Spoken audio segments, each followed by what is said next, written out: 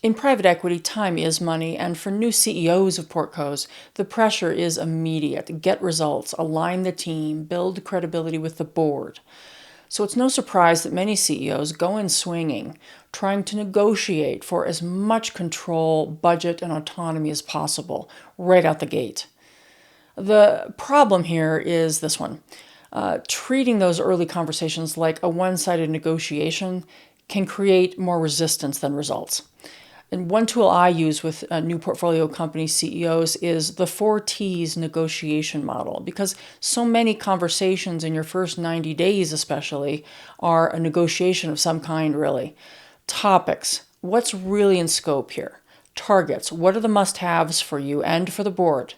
Trade-offs: where do you flex to earn trust and buy-in? And then creative ideas: how do you expand value beyond the original ask? Trade-offs is where I see most leaders get stuck, and it's also where resentment often begins.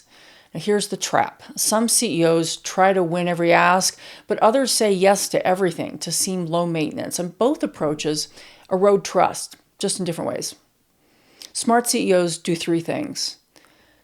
They clarify their real priorities and what really is flexible. So they're not negotiating from either ego on one polarity or fear on the other. Second, they establish boundaries early, but respectfully. You don't want to alienate your PE sponsor, but if you don't clearly define what you can't sustain, whether that's 2 a.m. fire drills or just unrealistic short-term targets, you'll overextend, underdeliver, and quietly build resentment. I've seen it happen. They study the psychology of the board. What's really behind that pressure? Is it a prior deal gone bad? A tight timeline to exit? A strong vision for the business, or doubts about your team?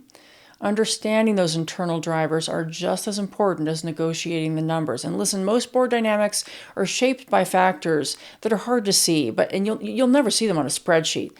But here's an idea of some of them. There are things like fear of yet another underperforming CEO, maybe, stakeholder pressure from LPs, exit timeline tension, concern about your leadership readiness, residual dynamics from their last deal.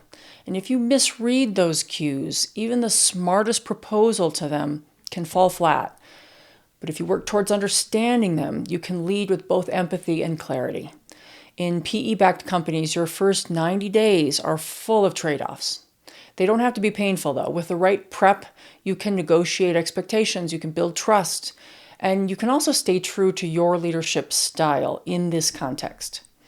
Transition acceleration coaching, TAC, helps new CEOs navigate that high-stakes window with clarity, with boundaries, and board-savvy strategies. So they don't just survive their first 90 days, they set themselves up to lead powerfully in the next 90.